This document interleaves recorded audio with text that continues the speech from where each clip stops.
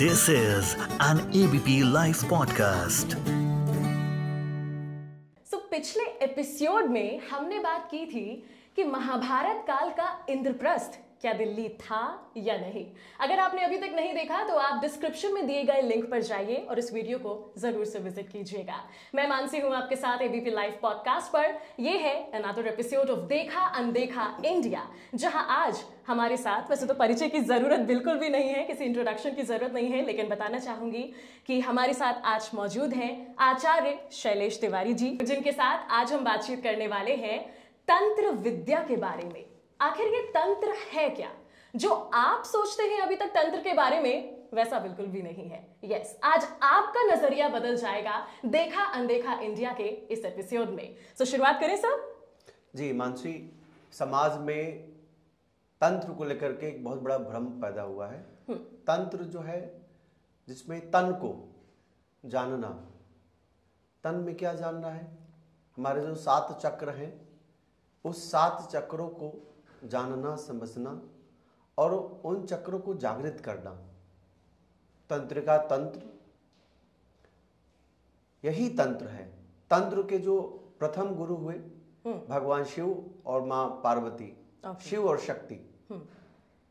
तंत्र आगम, यामल और मुख्य तंत्र, ये 3 प्रकार के हैं, जिसमें विशेष रूप से जो आगम शास्त्र के शिव आगम तंत्र हुआ, शाक्त हुआ और भगवान विष्णु का विशेष तंत्र हुआ। और तंत्र शास्त्र बहुत बृहद शास्त्र है। इसके अंदर ज्योतिष, रमल, मंत्र और विशेष रूप से अनेक साधनाएं हैं, जिसमें 64 योगिनी है, 10 महाविद्या है, 9 दुर्गा है। बिहार, पश्चिम बंगाल, असम और राजस्थान, ये 4 ऐसे राज्य हैं जहां पर तंत्र की साधनाएं ज्यादा की जाती हैं। तो वैदिक काल से तंत्र की शुरुआत नहीं हुआ, ऐसा मैं मानता हूं कि वैदिक काल से भी पहले से तंत्र था।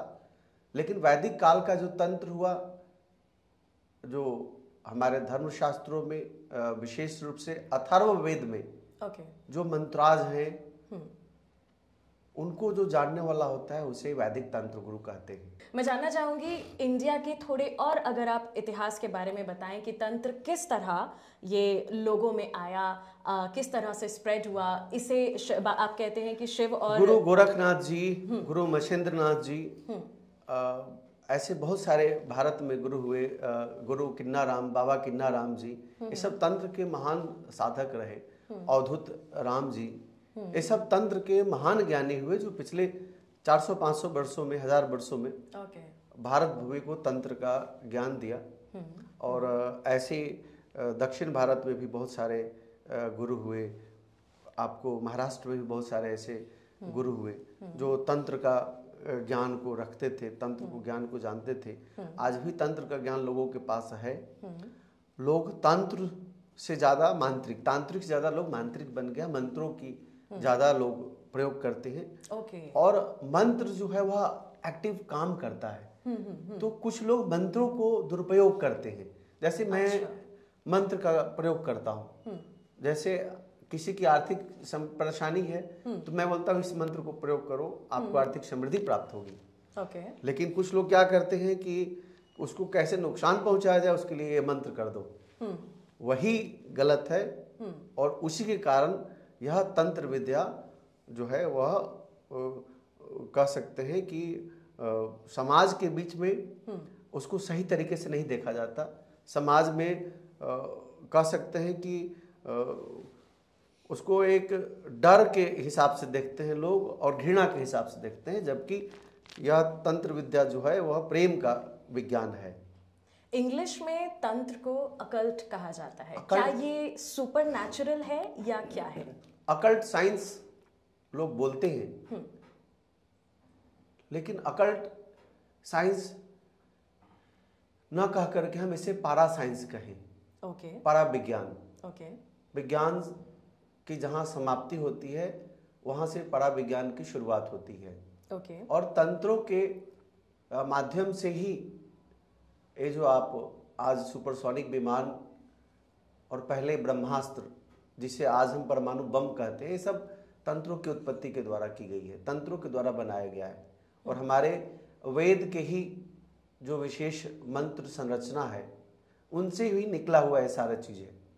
तो तंत्र का अगर हम एक अल्टीमेट गोल जानना चाहें, वो आप क्या बताना चाहें? तंत्र का अल्टीमेट गोल है जीवन में सुख की प्राप्ति कराना।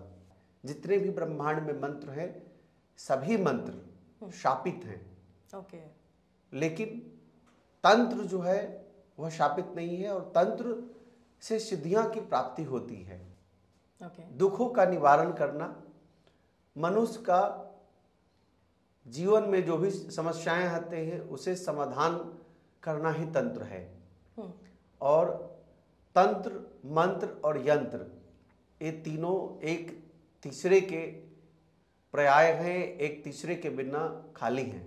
यंत्र, अगर आप इसे एक्सप्लेन करना चाहें। यंत्र में आप मूर्ति, देव मूर्ति, देव विग्रह, यह अपने आप में महायंत्र हैं, श्री यंत्र हैं, बगलामुखी यंत्र हैं, या हम कह सकते हैं कि मनुष्य की शरीर भी एक यंत्र है।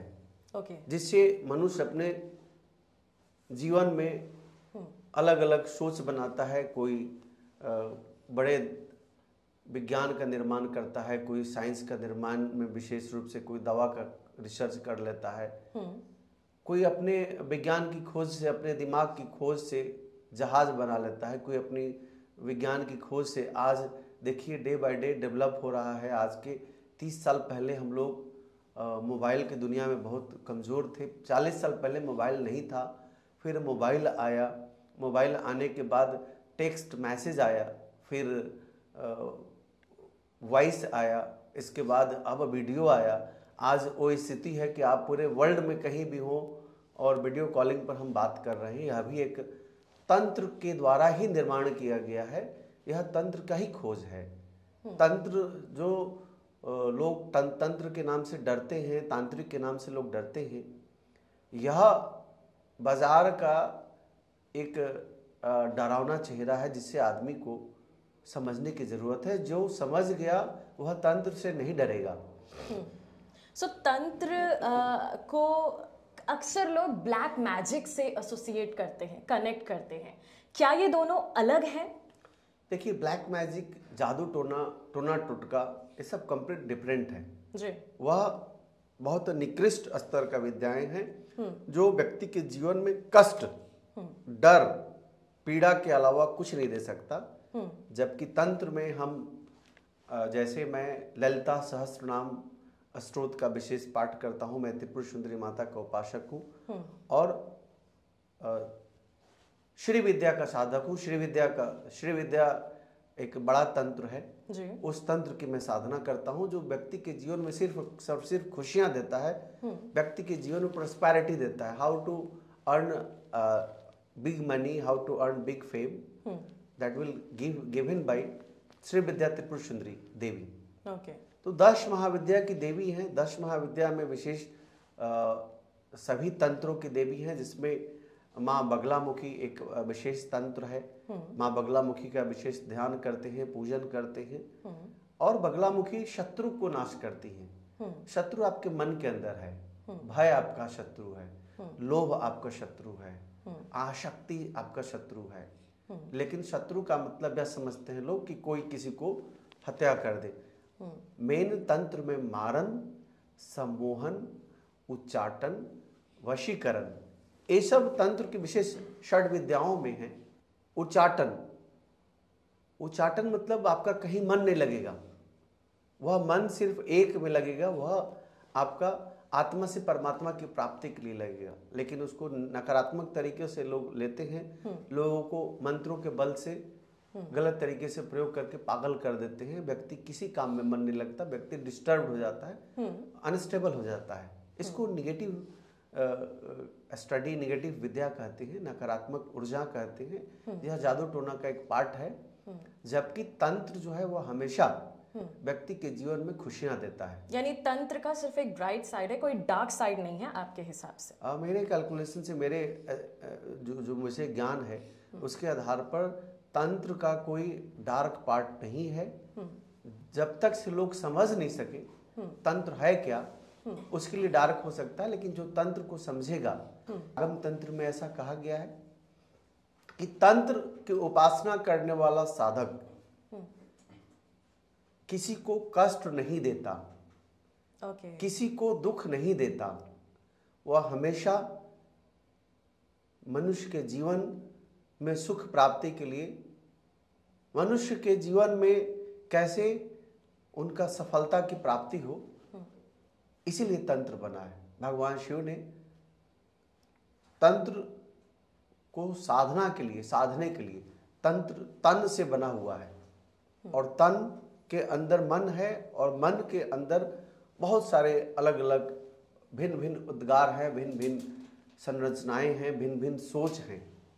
उन सबको एकत्रित करके और एक जगह पर ऊर्जा को लगाना ही तंत्र है। योग, प्राणायाम, ध्यान, धारणा, समाधि, ये जो अष्टांगिक मार्ग हैं, इन सब मार्गों से ऊपर उठते हुए आप सातों चक्रों को विशेष रूप से सिद्ध करते हुए, यानी कह सकते हैं एक्टिवेट करते हुए, सहस्त्रार्थ अंत में आप परमात्मा को प्राप्त करते हैं। ज्ञान चक्षु जो छठा चक्र है, उसको एक्टिवेट करते हुए सहस्त्रार मणिपुर में आपकी ऊर्जा आती है। तो यह विशेष रूप से कुंडलिनी जागरण इसे कहते हैं। और यह सब भी एक तंत्र का पार्ट है, अंग है। और हर मनुष्य तांत्रिक है। जो अपने तंत्रिका तंत्र को जागृत करता है, जो शुद्ध रूप से ईश्वर में विश्वास करता है, भगवान शिव की उपासना करता है, वह तंत्र ज्ञानी, जो अपने अंदर के तन को समझ रहा है, मनुष्य इस धरती पर आने का उद्देश्य क्या है, जो समझता है, वही तंत्र ज्ञानी है। और जो तंत्र ज्ञानी है वही तांत्रिक है। जी। सो आपके कहने के हिसाब से अगर मैं जो इसका मीनिंग निकाल पाई हूँ वो ये कि क्या तंत्र एक तरीके का योग या मेडिटेशन है या इससे अलग? मेडिटेशन योग यह भी एक तंत्र का पार्ट है। जैसे अष्टांगिक योग में ध्यान, धारणा, समाधि, प्राणायाम, ये सब तंत्र का एक पार्ट है। और विशेष रूप से मंत्रों से जागृति होती है तंत्र का। जी। और मंत्र अलग अलग लाखों मंत्र हैं, जिसमें 10 महाविद्या के 10 देवियों के विशेष महामंत्र हैं, 64 योगिनी के अलग मंत्र हैं। विशेष रूप से भगवान शिव के शिवत्व की प्राप्ति ही तंत्र का ज्ञान का प्राप्ति है। और शिव और शक्ति के अंदर समाहित होना, हर मनुष्य के शरीर जब इस मृत्यु भुवन पर मिलता है तो वह किस लिए आता है उसे उद्देश्य नहीं पता होता, आदमी जीते रहता है। लेकिन वास्तविकता यही है कि हर आत्मा को परमात्मा में लीन होना है, ईश्वरत्व को प्राप्त करना है, ताकि पुनर्जन्म ना भवेत, फिर से जन्म ना हो। अच्छा। और जो एक प्रसव पीड़ा होता है माता का, 9 महीने तक जो बच्चे पेट के गर्भ में, आत्मा के गर्भ में आते हैं और इतने कष्ट को झेलते हैं, उसे झेलने की जरूरत ना पड़े और पुनर्जन्म ना भवेत, पुनर्जन्म ना हो और व्यक्ति को मोक्ष की प्राप्ति हो, वह तभी हो सकता है जब आप ईश्वर की उपासना करेंगे, साधना करेंगे, तंत्र को समझेंगे, शिवत्व को समझेंगे, शक्ति को समझेंगे, विष्णुत्व को समझेंगे, तभी आपका जीवन का उद्देश्य की प्राप्ति होगी। वरना 84 लाख योनि है। एक हिरन है, बहुत सुंदर है, घूम रहा है, बाघ आया उसे खा गया, बाघ को कोई मनुष्य व्याधा आके मार दिया। तो इस तरह जो साइकिल है जन्म और मृत्यु का, जो छोटी योनियां हैं उनकी अवधि बहुत कम होती है। तुरंत जन्म तुरंत मरण, कीट पतंगा सबकी छोटी छोटी आयु होती है। मनुष्य, कछुआ और हाथी, ये 3 ऐसे जीव हैं जिनकी आयु ज्यादा है। इसमें हाथी 70 से 100 वर्ष तक जीता है, मनुष्य 70, 80, 90, 100 तक जीता है, कछुआ 300, 400 वर्ष तक जीता है। लेकिन ओवरऑल उद्देश्य क्या है? फिर मरना है और फिर जन्म को प्राप्त करना है, फिर पुनर्जन्म ना भवेत। तो उसके लिए आपको तंत्र ज्ञानी होगा, साधना पड़ेगा, आपको मंत्रों का ज्ञान करना पड़ेगा और ईश्वरत्व की प्राप्ति के लिए ईश्वर को अपने निकट पहुंचने के लिए, ईश्वर के निकट पहुंचने के लिए आपको साधना करना पड़ेगा। और जो साधक होता है वही तांत्रिक होता है जी। जो साधना करता है वही तांत्रिक होता है। अल्टीमेट गोल है कि ज्ञान चक्र तक हम पहुंचे और ईश्वर जो है उसको महसूस कर सके। आपने अवश्य ही ऐसा किया होगा, क्या आप उस अनुभूति को, उस एक्सपीरियंस को शेयर कर सकते हैं लोगों के बीच? मैं उस तरह की अनुभूति अभी तक नहीं प्राप्त किया है। प्राप्त कर लें तो इस चराचर जगत से रहने की जरूरत नहीं होती मनुष्य की, जी, है ना जी। उसकी खोज में लगे हुए हैं। निरंतर प्रयास है कि अच्छे कर्म करें, लोगों को खुशियां दें, लोगों की समस्याओं का समाधान करें। आज समाज में ज्यादातर भ्रम है, ज्यादातर पाखंड है, ढोंग है, ठग है। इन सब से बचने की जरूरत है और वह तभी हो सकता है जब आप अपने आप को खुद को समझेंगे, अपने शरीर के तन को समझेंगे, अपने अंदर के ईश्वरत्व को समझेंगे और हर मनुष्य के अंदर ईश्वर को समझेंगे। और जिस तरह आप ईश्वर से प्रेम करते हैं, हर मनुष्य, हर जीव से अगर आप प्रेम करते हैं, तभी आप तंत्र ज्ञानी होते हैं, तभी आप ईश्वर को प्राप्त कर सकते हैं। अपने अंदर के तंत्र को एक्टिव करने का, तंत्रिका तंत्र को एक्टिव करने का, भगवान शिव और शिव परिवार से ज्ञान लेने का। शिव परिवार पूरी तीनों लोकों का, पूरी दुनिया का सबसे बड़ा आइडल परिवार है। पूछिए कैसे? भगवान शिव सवारी करते हैं नंदी का, जो बैल हैं, बसहा बैल, और माँ पार्वती सवारी करती हैं बाघ का। बाघ बैल को खा जाएगा, लेकिन तारतम्यता देखिए कितनी अच्छी तारतम्यता है कि एक साथ दोनों रहते हैं। भगवान शिव भी रहते हैं, माँ पार्वती भी रहती है, बाघ बैल को नहीं खाता। ठीक उसी प्रकार कार्तिकेय भगवान मोर की सवारी करते हैं और भगवान शिव के गले में सांप है। मोर सांप को खा जाता है, लेकिन भगवान शिव की गले के सांप को नहीं खाता, बिच्छू को नहीं खाता।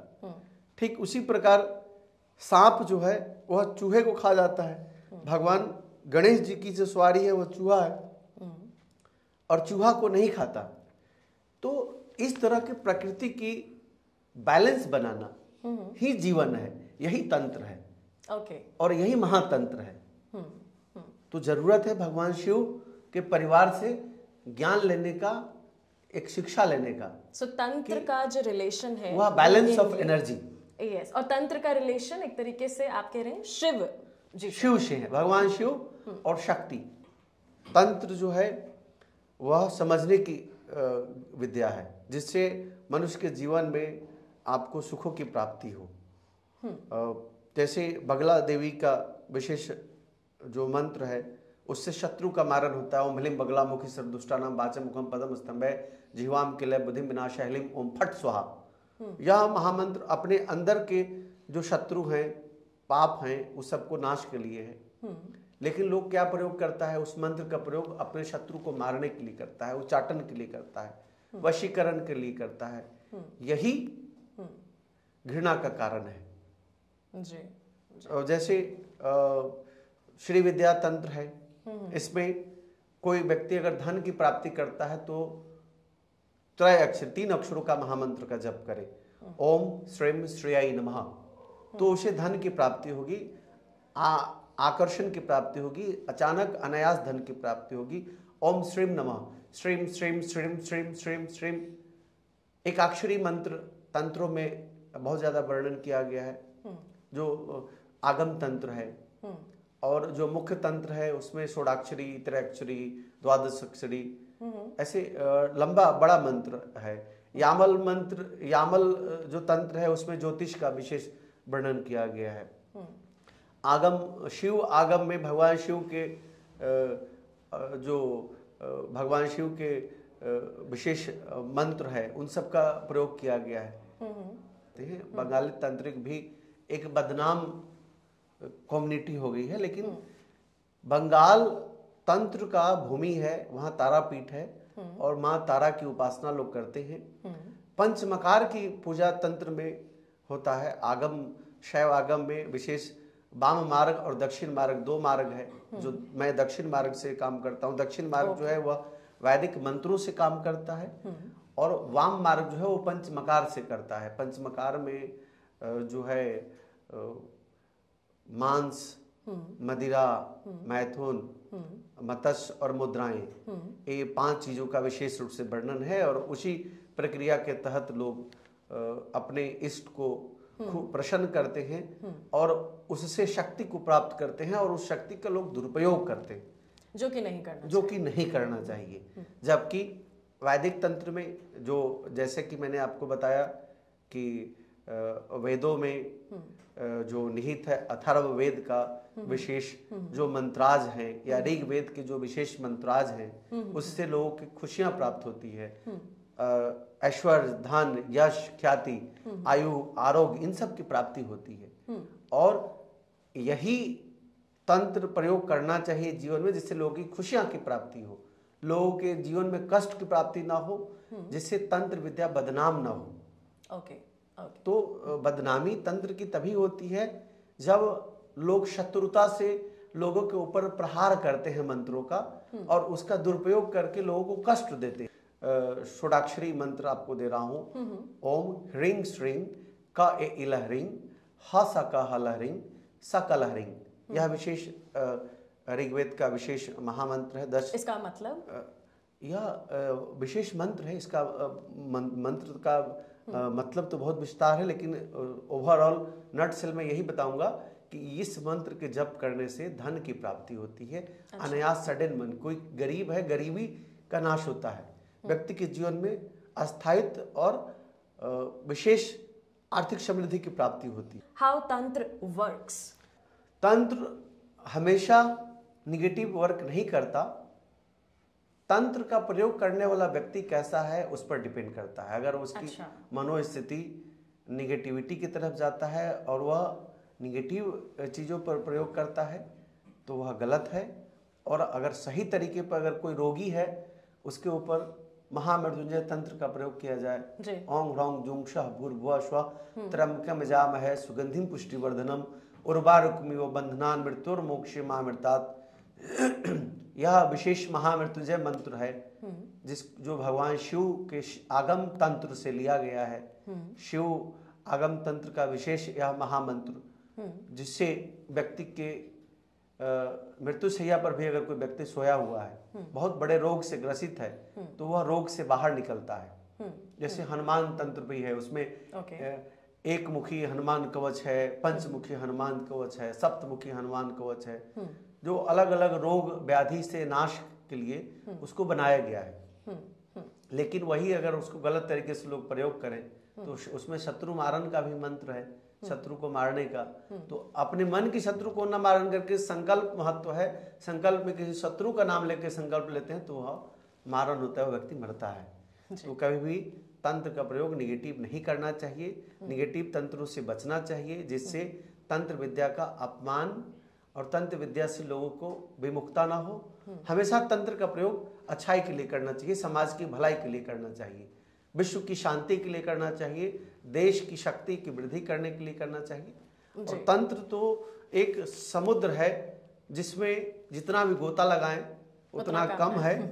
और आखिरी सवाल जो आपसे लेना चाहेंगे वो अघोर तंत्र के बारे में। लोग क्योंकि फिल्म्स को देखकर, वीडियोस को देखकर आज भी यही समझते हैं कि ये काफ़ी डरावना है और ये नेगेटिव तो आप बता ही चुके हैं कि है। ये अघोर तंत्र है क्या? क्योंकि मैंने कहीं पढ़ा कि कहते हैं सबसे मुश्किल तंत्र है अघोर तंत्र। सो आप इस पर सही जानकारी हमें दे सकते हैं कि ये है क्या? मतलब नहीं, घोर मतलब जो घोर नहीं हो, बहुत ज्यादा कठिन नहीं हो, उसे अघोर कहते हैं। सबसे सुलभ हो वह अघोर कहते हैं। यानी सबसे आसान तंत्र है अघोर तंत्र। ओके।